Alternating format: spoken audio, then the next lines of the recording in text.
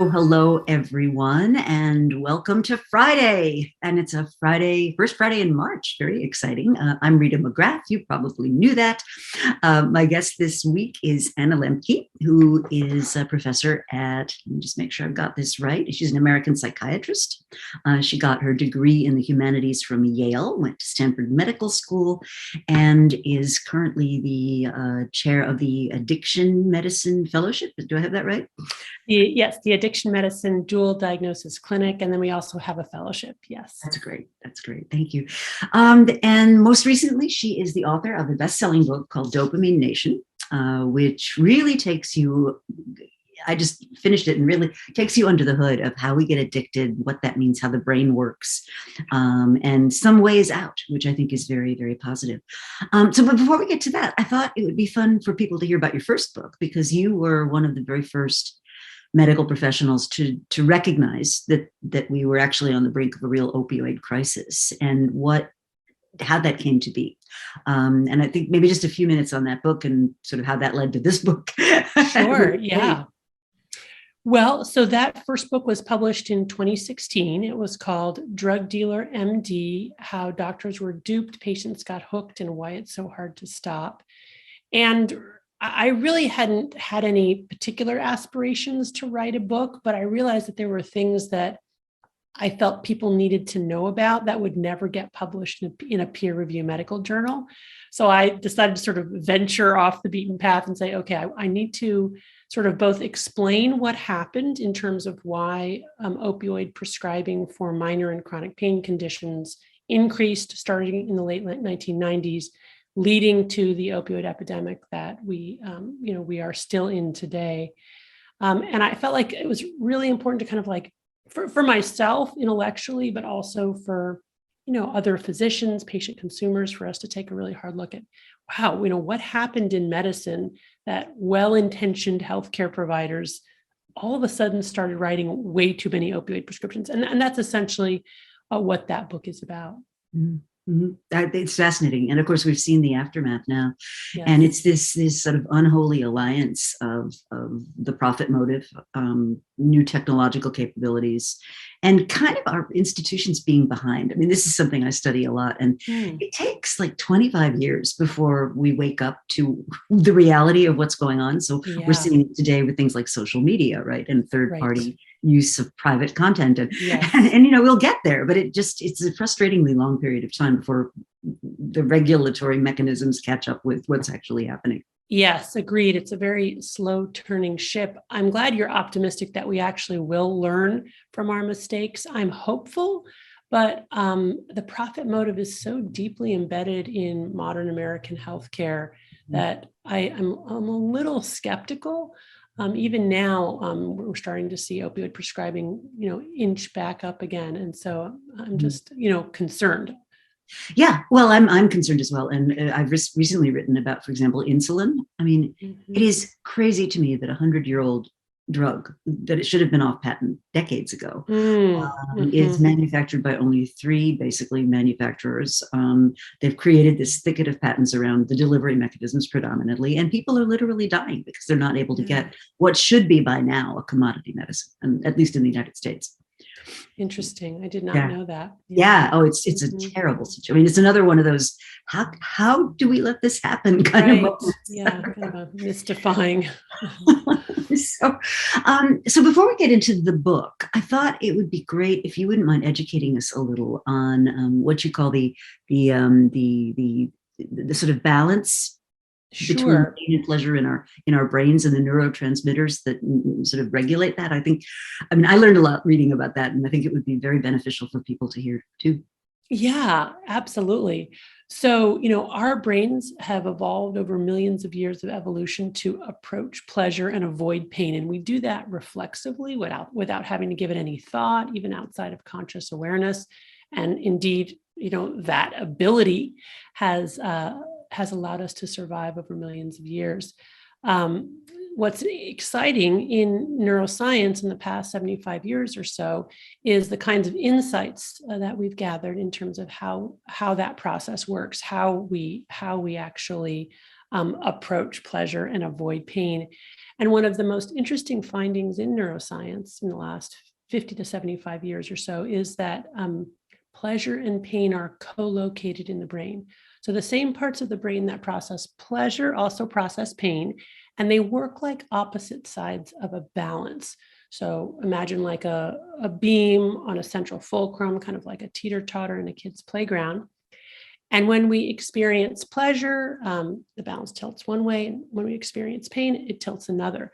But there are several rules governing this balance. And the first and most important rule is that the balance wants to remain level. It doesn't want to be deviated very long to the side of pleasure or pain. And after any deviation from neutrality, which is essentially the biological definition of stress, our brains will work very hard to restore a level balance, or what neuroscientists call homeostasis. And here's the key. The way that our brains go back to the level position after any deviation from neutrality is first by tipping an equal and opposite amount to whatever the initial stimulus was. So, for example, I really like chocolate. When I eat a piece of chocolate, my balance tilts slightly to the side of pleasure. In my brain, in a part of my brain called the reward pathway, our dopamine is released. Dopamine is our reward neurotransmitter. And, I feel good. But no sooner has that happened than my brain adapts to that increased dopamine by actually downregulating my dopamine receptors. And I like to imagine that as these little neuroadaptation gremlins hopping on the pain side of the balance to bring it level again.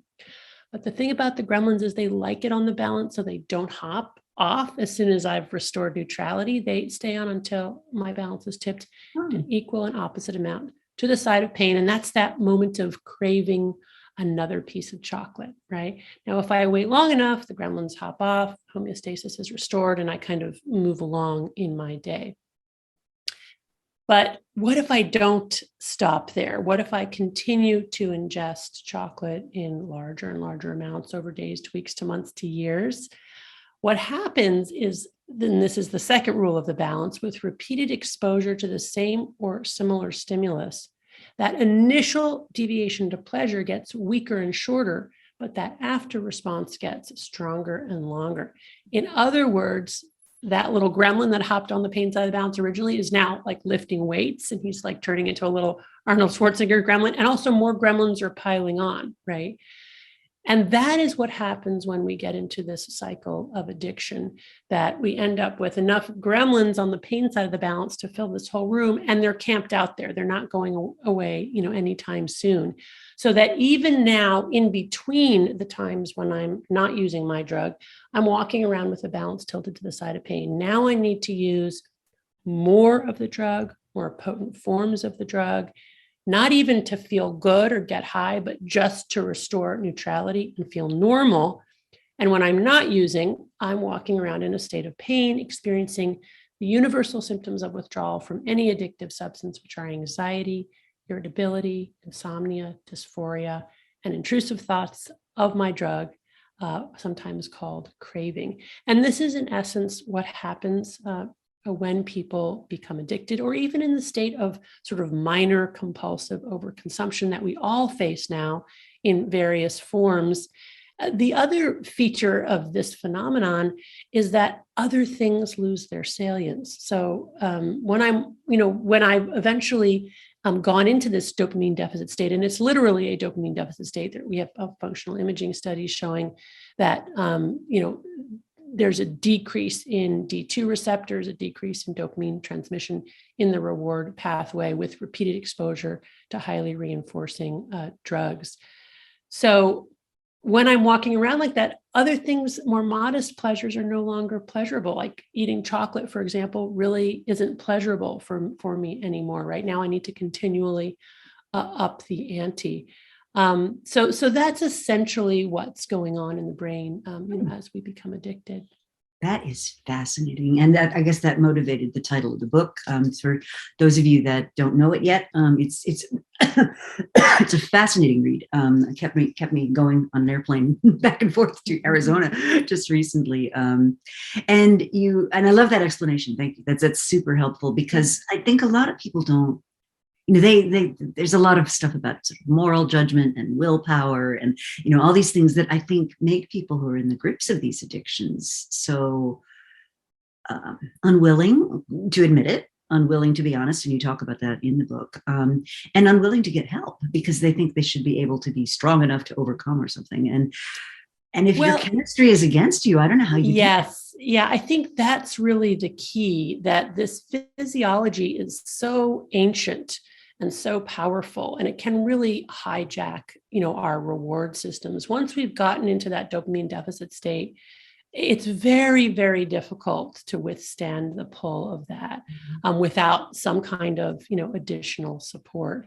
Mm-hmm. And I think that that's really, the primary message. A lot of times people are saying, well, why is this person addicted? What happened in their childhood, or, what's wrong with their life? And certainly, developmental factors can increase the risk of addiction. Everybody knows about trauma being a factor. Certainly, there are genetic risks for addiction. Co-occurring in mental illness increases, the risk of becoming addicted. There are environmental factors beyond access to the drug, like unemployment and poverty, which increase the risk of getting addicted.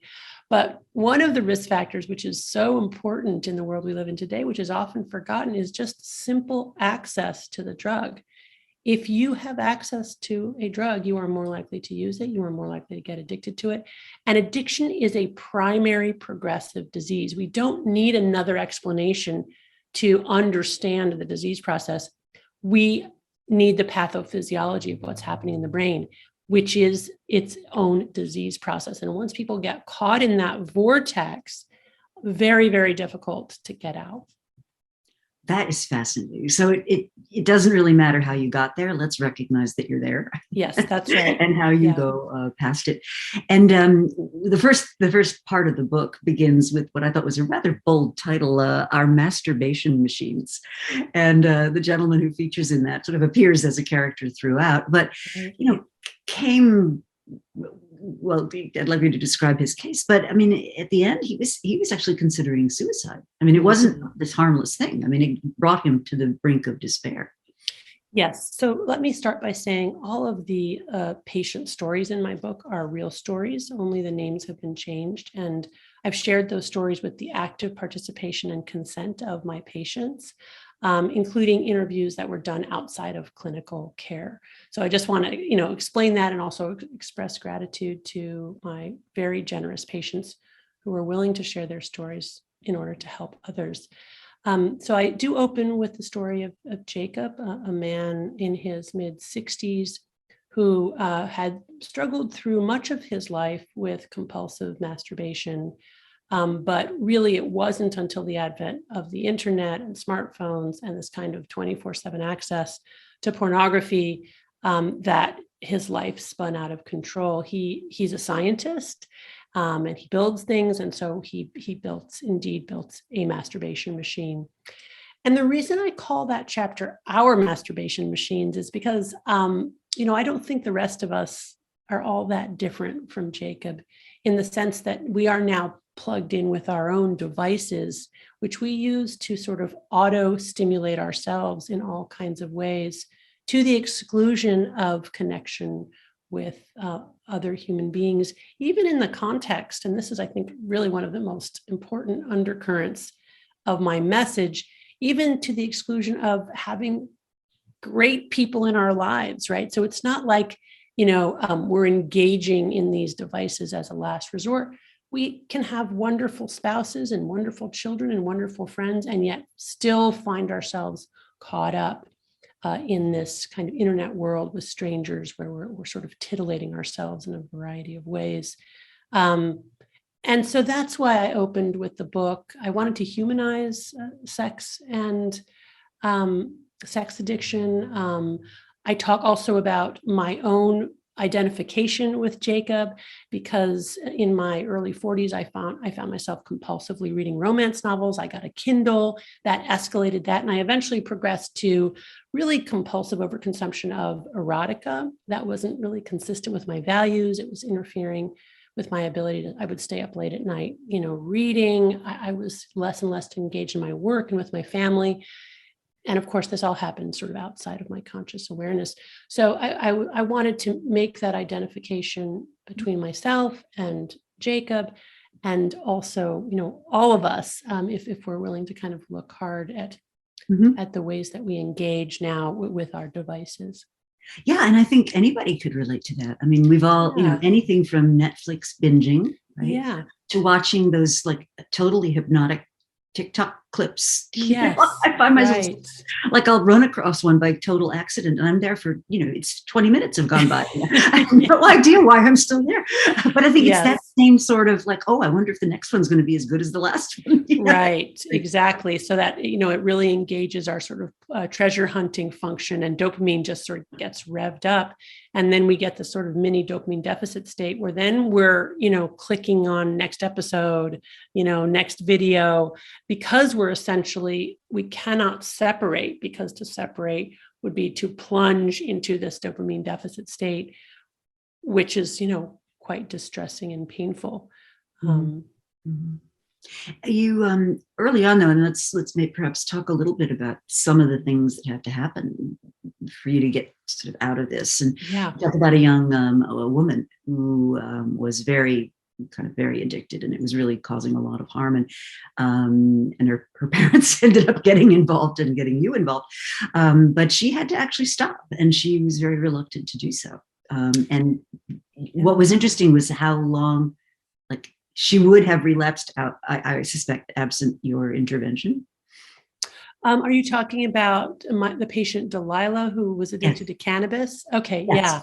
Well, so this gets at sort of what, so this is sort of a dire news, this mismatch between our ancient wiring and our modern dopamine saturated ecosystem. So that then what to do about it? And basically what Dopamine Nation posits is that through a combination of understanding the neuroscience and also looking to people in recovery from addiction as modern day prophets for the rest of us, we can, there's something that we can actually do about this. And the reason that people with severe addiction and recovery are modern day prophets is because these are the individuals who are most vulnerable to this problem of compulsive overconsumption. And if they can figure out how to navigate this world, surely they have something to share with the rest of us. And I know I've learned an enormous amount from my patients.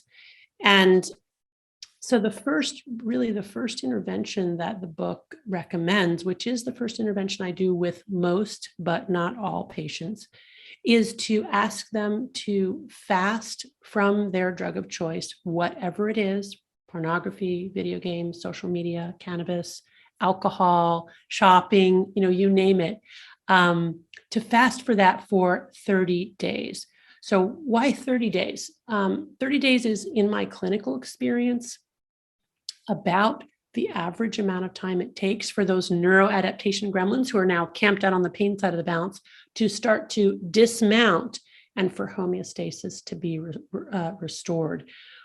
Why is it so important to restore this baseline homeostasis? So that we can remember what it feels like to be not caught up in this intrusive craving state that is the sort of baseline state of a dopamine deficit condition, and also to be able to take pleasure in more modest rewards, as well as to be able to look back and see true cause and effect. So when we're caught up in our addiction, we really don't see its impact. We have to get some distance from it before we can look back and say, oh, wait a minute, that seemed to have taken on a larger proportion in my life than I realized or than I wanted it to.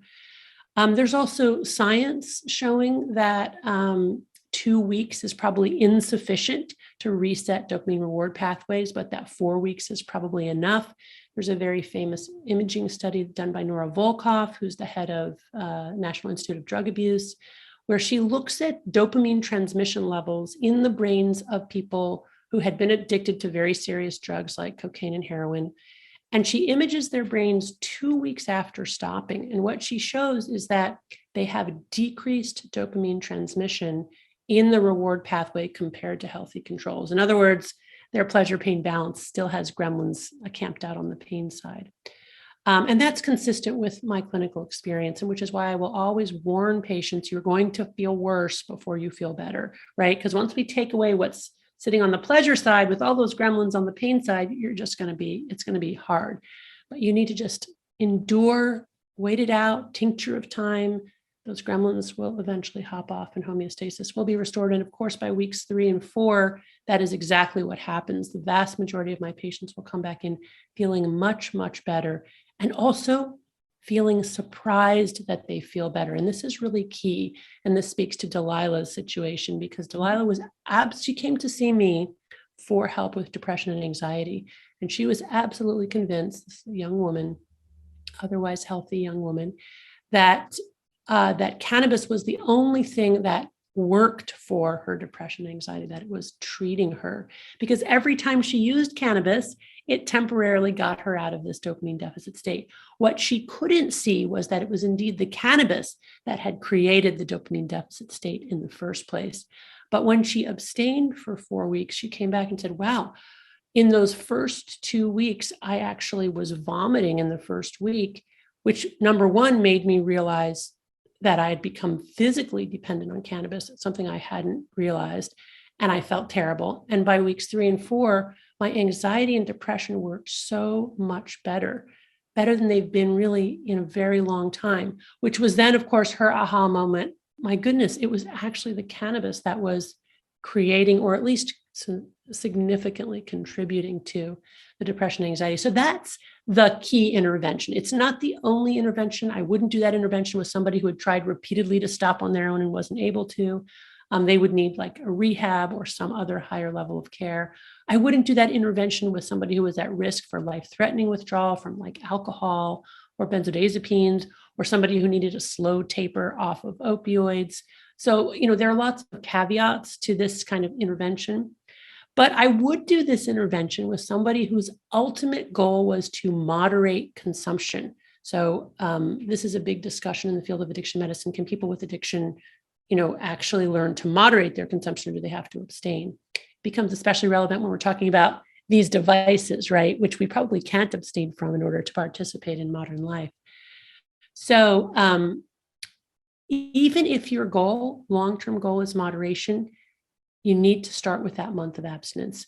Why? Because only that month of abstinence will reset reward pathways. And it's essential to restore baseline homeostasis before trying to re-engage in moderate consumption. It just doesn't work to go from using a lot to using less. People won't get there.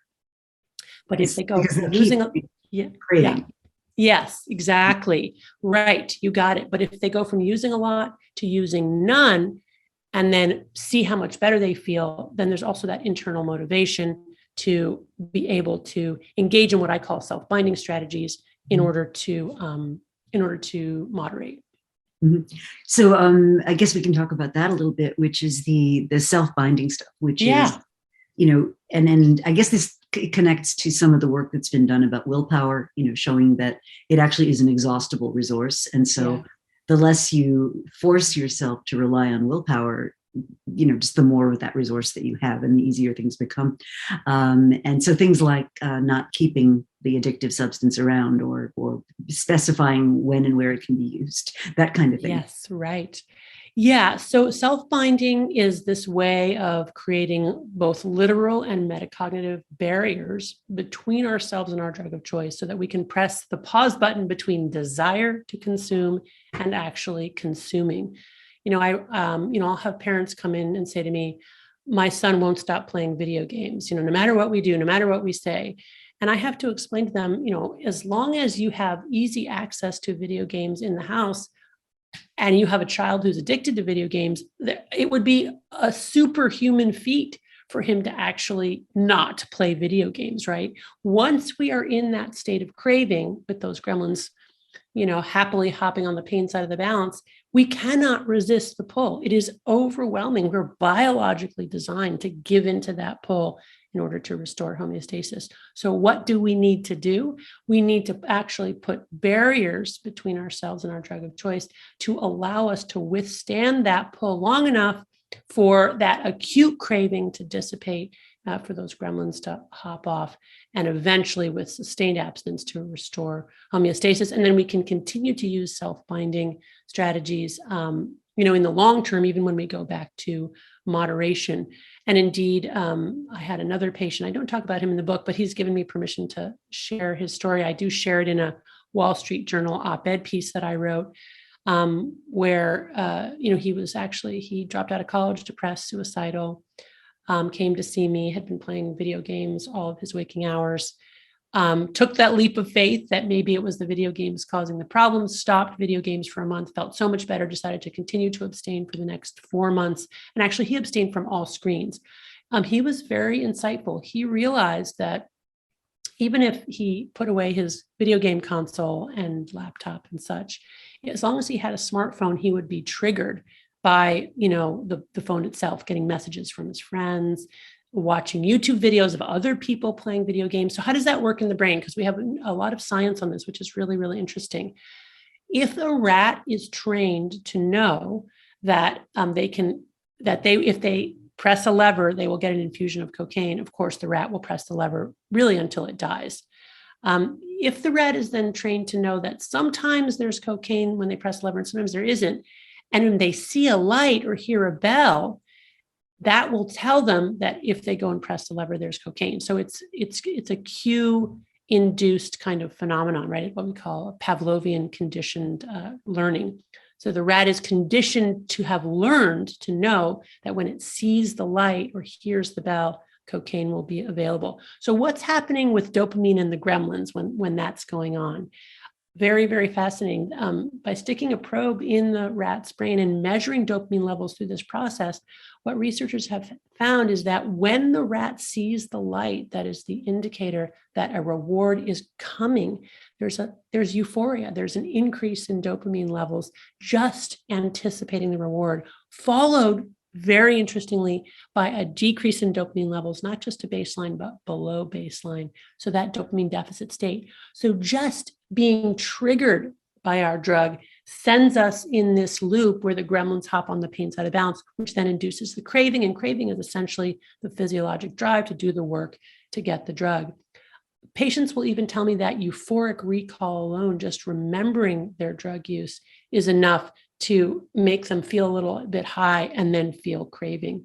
So the key with self-binding is to put these barriers in place so we're not constantly being triggered and getting in these mini loops of, dopamine increase and then dopamine deficit and then craving. And so this particular patient, when he finally went back to using video games in moderation, he used time as a way to self-bind. He decided to play only 2 days a week, only 2 hours a day. He used categorical self-binding, meaning that he would only play some games and not others. He would only play with friends and not strangers. And he used literal physical self-binding in the form of getting 2 laptops, one for school and one for games. And that way there was this kind of physical separation as well as a separation in his mind. And there are all kinds of ways that we can put these self-binding barriers. And let's have patients who, when they travel, will call hotels in advance and say, get rid of the minibar. Sometimes some patients will even say, get rid of the minibar and the TV. Like, I don't want any access to what what you're offering there online, because that can be very dangerous. There's also chemical self-binding. So we have drugs now that can actually bind and block certain receptors to help people, be able to leverage their willpower. Mm-hmm. I'm reminded of this very dramatic scene in the movie The Social Dilemma, which is basically about how the social media companies have created these, just deliberately created this addictive response to hearing from your friends or what's the message or likes or whatever. And Facebook knows this. I mean, they have this huge amount of research which shows how bad this is for kids and for young women, for young girls especially, and. But there's this moment in the movie The Social Dilemma where the mom in the family is like, no, we're going to have dinner where we're actually going to talk to each other. And she locks up all the cell phones. Yes. And the kids are so distressed by this. They're like literally breaking into this box in the middle of the night. They can't afford to be away from it. And I thought that was such a brilliant illustration of what you've just described, right? Yes, exactly. Is that, when you're in the grips of this addiction, it like you'll do anything to break into the barriers. Yeah. I think for listeners out there who can't self-identify with addiction or don't have a loved one or sort of don't get it, try putting your smartphone away just for 24 hours and self-observe the kind of withdrawal that occurs. And remember that the universal symptoms of withdrawal are anxiety, irritability, restlessness, dysphoria, intrusive thoughts of all the reasons why it really makes sense that I should, go turn on my smartphone, even though I committed to a day of not using, that fear of missing out, which is really just another form of anxiety. Definitely. I have an acquaintance who vowed that she was going to get off Twitter and deleted her account and asked her, significant other to not let her look at it and everything. And within 24 hours, she was back to, I'm missing too much. I know. Going on without me. But see, what happens if people can write out that initial conviction that they're missing too much and get to that place where the gremlins start to hop off, really, something really amazing happens. And it's exactly what happens to my patients when they get into robust recovery. They're much more able to be present in the moment. Their thinking clears up. It's like the garbage collectors have come by and cleared out like a bunch of mental garbage.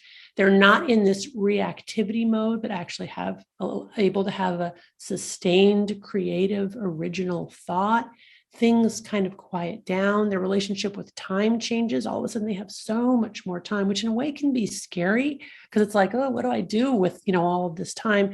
But of course, in a way, is wonderful because time is really our most precious commodity. So you also talk about the other side of the spectrum, which was something I had never read about before, which is sometimes we push on the pain lever.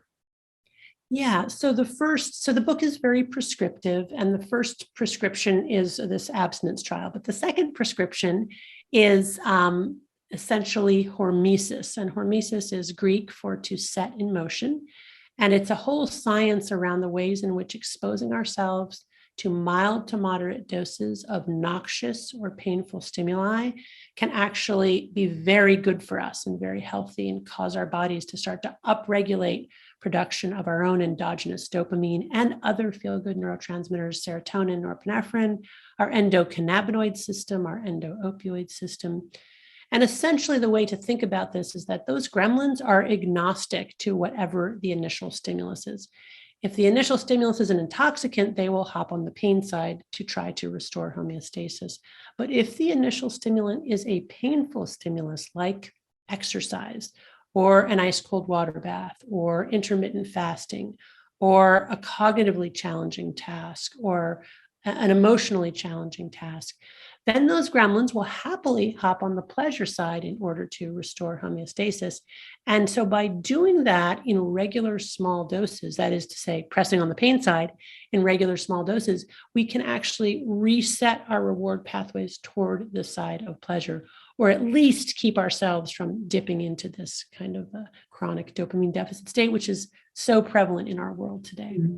Well, you use the story in the book about this guy who started off with a cold shower, and then it got to be a cold bath, and then it got to be a bath where he had to crack through the ice. Yeah, right. So interesting. So this was a man who had an addiction to cocaine and alcohol and was in the early stages of recovery, which is very painful, as I've talked about. And then sort of serendipitously discovered that an ice cold shower in the morning made him feel, in his words, like as good as taking a Vicodin, right? And so it was a real discovery for him that by exposing himself to this very painful, very cold water, he could feel better for a while. And in fact, from the perspective of a homeostasis, even in the early stages of trying to abstain from our drug of choice, if we then intentionally engage in things that are hard or painful, we're probably going to speed up the process of restoring homeostasis because we'll have those gremlins hopping on the pleasure side. And there are data showing that people who engage in vigorous exercise while they're trying to withdraw from addictive substances have fewer withdrawal symptoms and have a shorter duration of feeling like they're in withdrawal. We also know that young people who actively engage in exercise are much less likely to go on to develop an addictive disorder. So there's probably a preventive component there. But as highlighted with this man who, because he had the propensity to do things in excess, he kept pushing the envelope, right? So first he was ice cold showers, and then it was ice cold baths, adding ice cubes, and then he got himself like a meat cooler with a motor to keep it circulating so that, it stayed really cold. And it was very cute because as he was talking about it, he said, wow, that almost sounds like, I'm getting addicted to cold water. Could I be getting addicted to cold water? And it is actually possible to get addicted to pain. We see that, sometimes I have patients who have gotten addicted to exercising to the point where they have, stress fractures, but they aren't stopping. Exercising to the point where it just becomes very obsessional. They go into withdrawal, and when they're not exercising in a way that's intolerable to them. I've had, this whole idea of like adrenaline junkies is essentially getting addicted to a form of pain. There's also there's a sort of a modern day form of an adrenaline junkie, which is a little bit covert, which is the doom scroller, how people can get sort of addicted to all the terrible news, because of course, news has become drugified just like everything else. It's not just, we're not engaged just because we want to know what's going on in the world. We're engaged because the medium itself is reinforcing. Which is, I think that's new. I mean, this Yes. sort of 24-hour Yeah. on demand. You can choose the truth bubble of your choice and operate solely within that.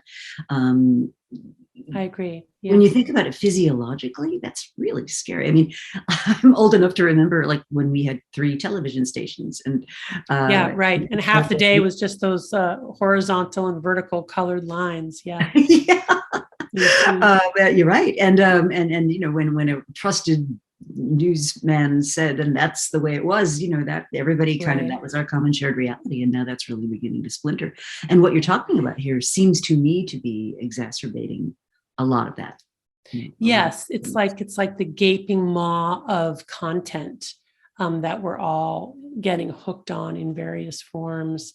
Which I think is leaving, our lives and our culture and our communities more impoverished. Yeah. I mean, one of the things that occurs to me is, we people talk a lot about polarization, and that's sort of a bad thing. And I think we all can agree that that's not necessarily a good thing. But as you're speaking, I'm just thinking, well, do I get like a dopamine rush if I go on Twitter and say that thing you just said is absolutely stupid, and just kind of I mean, does that make me feel better, like in that little instant moment, rather than saying, let's have a reasonable discussion about this, right? Right. Yeah. So yeah, like the addiction to outrage, there's long been this term rageaholics. Again, I think it's that idea that we can, dopamine is actually released not just in response to pleasurable stimuli, but if there's an extremely painful stimulus, dopamine is released too, through this sort of opponent process mechanism. If you inject a rat with a single dose of cocaine and cut open its brain, you will see an arborization of dopamine releasing neurons in the reward pathway. If you take that same rat and inject, or that same species of rat and give it a very painful foot shock, you will see an identical brain change as to a single injection of cocaine. So yes, and social media is really interesting because, of course, we are wired to make human connections. Human connections, release dopamine. We know that. My colleague Rob Lembke has shown that oxytocin, which is a love hormone, actually binds to dopamine-releasing neurons in the reward pathway and causes those neurons to release dopamine. There are lots of evolutionary reasons why we need to be social creatures, to steward scarce resources, to find mates, to protect ourselves against, invaders or enemies. But what's happened today is that social media, again, has allowed human connection to be drugified in the sense that it's more potent, it's more reinforcing. It's easier to access with almost no effort. It's limitless. So TikTok never runs out. Think about cocaine that would never run out, right? Wow, that would be a lot of cocaine. And those things really matter in terms of like the addictogenic potential. And of course, one of the ways that we get a feeling of connection is by having the same strong emotion as somebody else at the same time.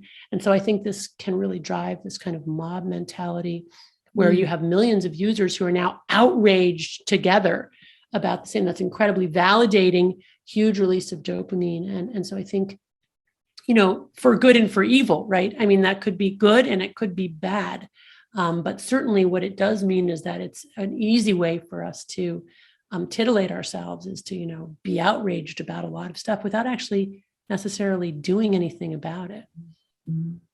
Well, and this connects also to me to the whole theme around storytelling and stories that we hear. And I've got colleagues who do research in this, and what they're able to demonstrate is you can have all the facts and statistics and whatever you want, but what actually causes people to make up their minds one way or the other are the stories they have woven about what the incident means. Yes. And as you're talking, I'm thinking, wow, the fact that I can get all emotionally wrapped up in a story, regardless of its provenance. And my colleague, Jane Prager, likes to use the example of the TV series Dexter, which is literally about a serial killer. And, and all of us sort of in normal society can agree serial killers are probably not great people.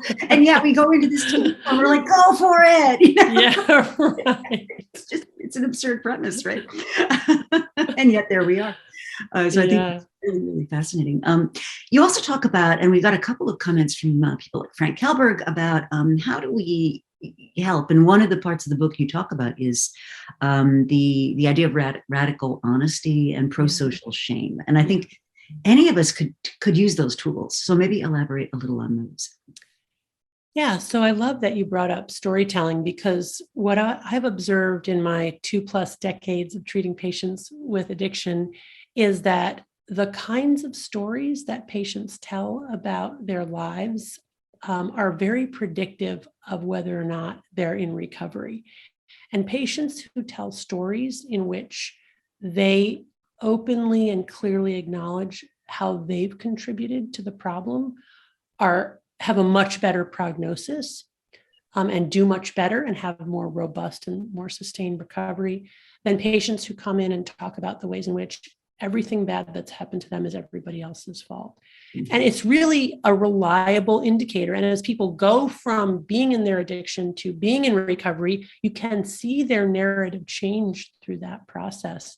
And it's really fascinating. Some of those individuals are involved in AA. And of course, working the 12 steps is, to my mind, in large part about writing an AA narrative. And an AA narrative, including the steps, is about owning your part, acknowledging your character defects, and actually telling another human being and making amends, apologizing to the people that you've harmed, which is, probably, one of the most difficult and shameful, pro-social, shameful things that, that we can do, but absolutely vital for healing.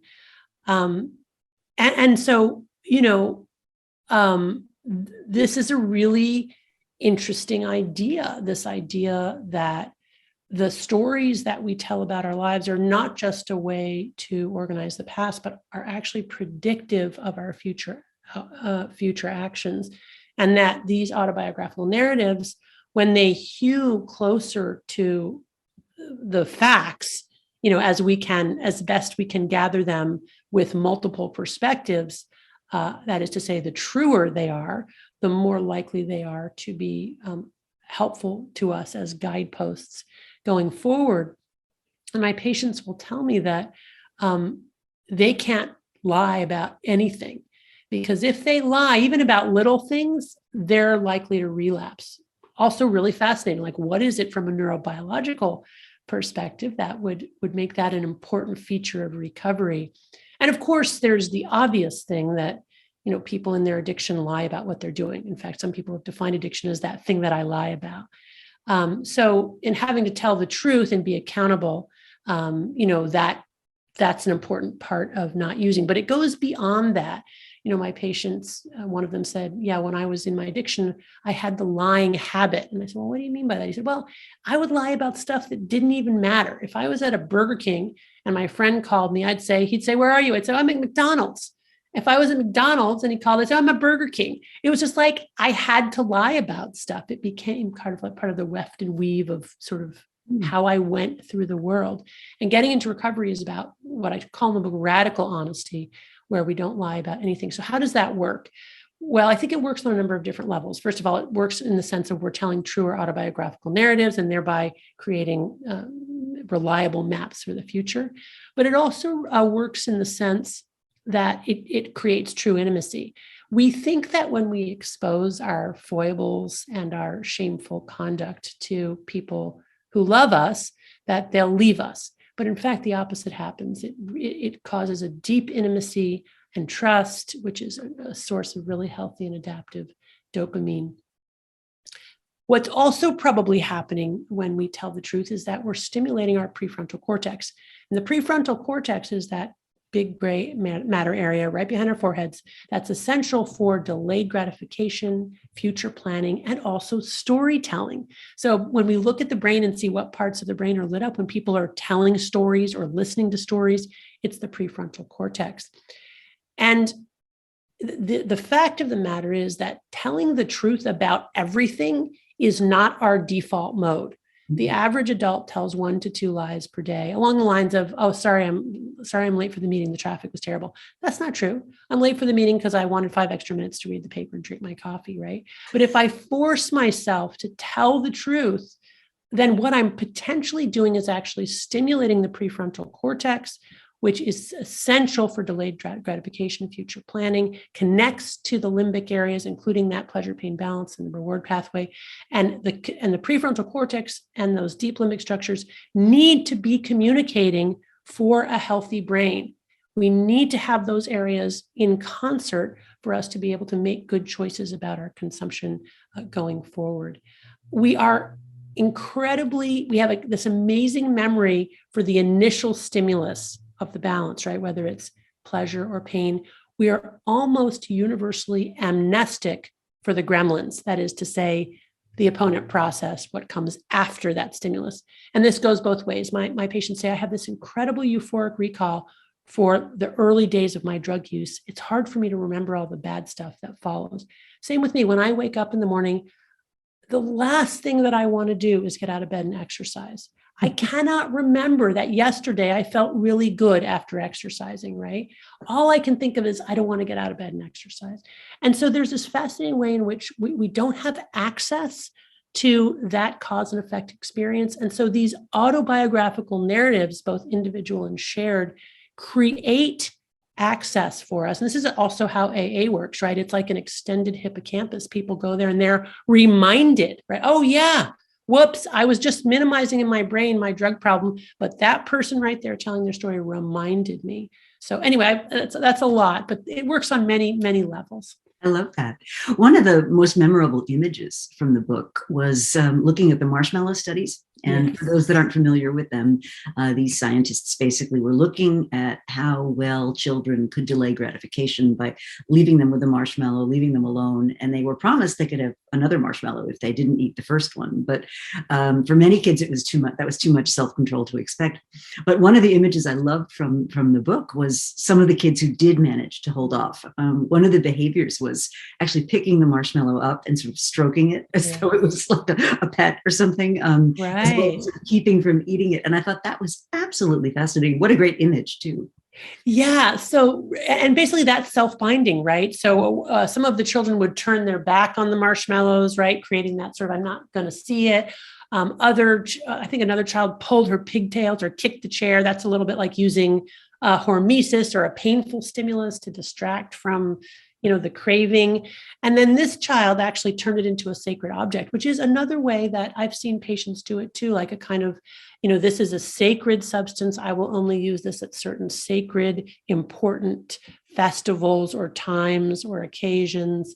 The other interesting twist on that marshmallow experiment that most people haven't heard about is that some researchers did a variation where they took those kids, they did the same experiment, but they divided them in 2 groups. In one group, they told the child, now, if you, in these 15 minutes while you're waiting for me to come back, if you ring a bell, I'll come in because you have a question or something, I'll come back. And they divided them in 2 groups. Now, in the first group, when the kids rang the bell, the researcher came right back and said, yeah, what do you need? In the other group, when the kids rang the bell, they were told the same thing. The researcher didn't come back. So the researcher lied to the child, essentially. And of course, you can guess what's coming. In that group where the children were lied to, they were much more likely to not be able to wait. They were much more likely to eat that first marshmallow, which also talks to the ways in which this kind of radical honesty is literally contagious. and can be very, in a very insidious way, contribute to this kind of scarcity. I talk about plenty mindset versus scarcity mindset. But when people around us are lying, we get a scarcity mindset, even amidst plenty, right? Mm-hmm. And we begin to think, well, I better eat that marshmallow because like you can't rely on the people around here, and who knows what's coming next. Mm-hmm. And I hear that. I mean, what's going through my mind is a lot of all the conversation we're having about toxic workplaces. And, there's been, I've had a guest on who's an expert in workplace stress. And one of the things that increases workplace stress, and I think it connects very well with what you're talking about here, is this notion of not having agency. So you don't have control over your outputs, not being appreciated, indeed being misled or lied to on a regular basis, or at least not told the truth, and. But I'm fascinated at connecting that to the pain pleasure neurotransmitter thing. I mean, if you think about a toxic workplace, it's like that poor kid along with a marshmallow, and it's coming. Yeah, I'd eat that marshmallow too. Right. Most of us would. Yeah. Most of us would. So toward the end of the book, you really start talking about the lessons of the balance and being more attentive. And I think one of the things that really struck me was this kind of, here we are in the midst of more plenty than humanity has ever known. I mean, most of us are not suffering for basic physical needs. I mean, there are people who are, but most of us aren't. And most of us have, people to talk to and places to be and work that is to some extent rewarding. And yet, it's almost as though all that abundance is more than our brains can cope with. Yes, exactly. And that's really, where the title comes from, Dopamine Nation. Should really be Dopamine Nations, because it's not just the US, it's, and what's that white moment. Right. Yeah. And what I talk about in the book, which I link to the neuroscience, because I think there is an inferential link there, is that, even as wealth increases across the globe, or I should say, as we have become richer, we have also seen rates of depression, anxiety, and suicide go up all over the world. And it's very clearly correlated to wealth. The richer the nation, the higher the rates of depression, anxiety, and suicide, and the less happy people are, which is very paradoxical, right? I mean, we think we have all of these goods, all of these wonderful things in our lives, and yet we seem to be less happy than ever. And I do think it's very possible that an explanation for that is this dopamine deficit state, that we're actually overloaded with these kinds of pleasures. We're largely insulated from pain, especially physical embodied pain. We're really quite alienated from our own bodies. And that biologically, we have entered this kind of, again, a kind of a dopamine deficit state that's very akin to depression. And frankly, our current mental health interventions don't work all that well, right? So the more access people have to mental health treatment, including psychotropics, doesn't correlate with decreasing rates of addiction and decreasing rates of decreasing rates of depression and anxiety and suicide. So somehow or another, we are not getting something right. And I think it may be this problem of dopamine overload. Yeah, and I wonder, as I think about, there was a study, and I can't remember who did it, but there was a study done back in the day when white settlers were moving into the American colonies. There would occasionally be incidences where someone would leave the kind of very structured white Protestant community and be forced or be elected to live with the Indian tribes, who were obviously indigenous people with a less structure, less hierarchy, less well off in the sense of material goods, but and the flow was almost universally that way. Like they never came back, even if they had. Yeah. And what that got me thinking about was when I think about also people who don't have a lot of material goods that I know, and many of them just seem to have these very lovely personal lives. They share what they have, what little they have with each other. And there seems to be a lot more of that kind of oxytocin, dopamine kind of thing going on. And when I think about people that I know who are very wealthy, that, many of them are very alienated, these trust fund kids who grow up like without knowing what to do with themselves. And there's no material want, but they're just very needy, of what they don't even know, I think. Well, there's probably, possibly a bimodal distribution. It's very clear that poverty is a risk factor. Oh, yeah. And I didn't mean. No, and I know you didn't. I know you didn't. Just important to clarify, that's a serious risk for all forms of mental illness, including addiction. And in fact, I think the most vulnerable people are poor people in rich nations. Because they don't have access to the kind of healthier sources of dopamine, like fancy gyms or being in nature. And yet there's still enough disposable income to buy, the latest game console, or to watch enormous quantities of Netflix, or to go to McDonald's, but not not necessarily Draeger's or something like that. So, but yeah, there's also, and I have seen this, of course, practicing in the heart of Silicon Valley here. There's even a term for it called the fail son, which is really a terrible term. But the fail son? Fail son, right? It's a kind of this description of these children of these uber wealthy individuals who just can't activate, right? They can't. And part of it is the burden of comparison of achievement. But part of it is just like there's nothing that they really need to strive for. And once that's taken away, that's so fundamental to human motivation that it gets very hard for those individuals to know, well, what is my thing that I should be doing here? And why not just play video games 24/7? Wow, that's amazing.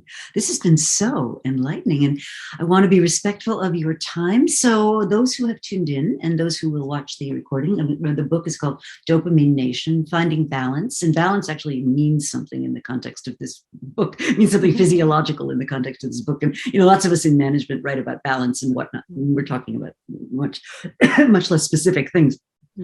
So what can people do to find out more, to help themselves, to take a next step?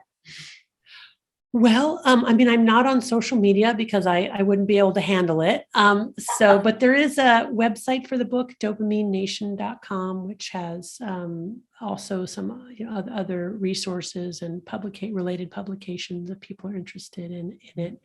And that's about it. People are welcome. They want to email me with specific questions. I try to answer them as best I can. It sometimes takes me some weeks to get to all of them, but happy to be of service and be helpful in any way that I can. I so appreciate your taking the time. So one last question is, so let's say you're in denial that you got an addiction of some kind, and whatever it is, however benign seeming it is. Yeah. Work could be an addiction, right? What are some things you can do to get some feedback about whether that is in fact the case? Yeah, so this is going to sound super redundant, but again, I believe this is what I do in clinical practice. I say, you know what, it's not clear that you're addicted. Maybe you don't think that you are. Try a dopamine fast for 30 days and let's see how it goes. And that can be revelatory for people. That's a great note to end on, and that's entirely within your control. Right? That's it. So much of mental health intervention wants to start with thoughts and emotions, and there's a place for that, but sometimes you just have to act opposite to thoughts and emotions and change behavior. That's wonderful. Well, Anna Lembke, it has been a total pleasure, and this hour has flown. I've learned so much from your book. I appreciate it so much, and it connects to so many things that really need work in our society. So thank you so much. Hour. Thank you. Thank you so much. I see there are lots of comments and questions in the chat. I wish I could have seen them, but what we'll do is I will send them to me. And Perfect. So what we tend to do is if we don't get to them in real time, we respond to individuals, or we put it in one of our weekly notes. Oh, great. That's wonderful. Thank you so much. It's been a pleasure talking with you.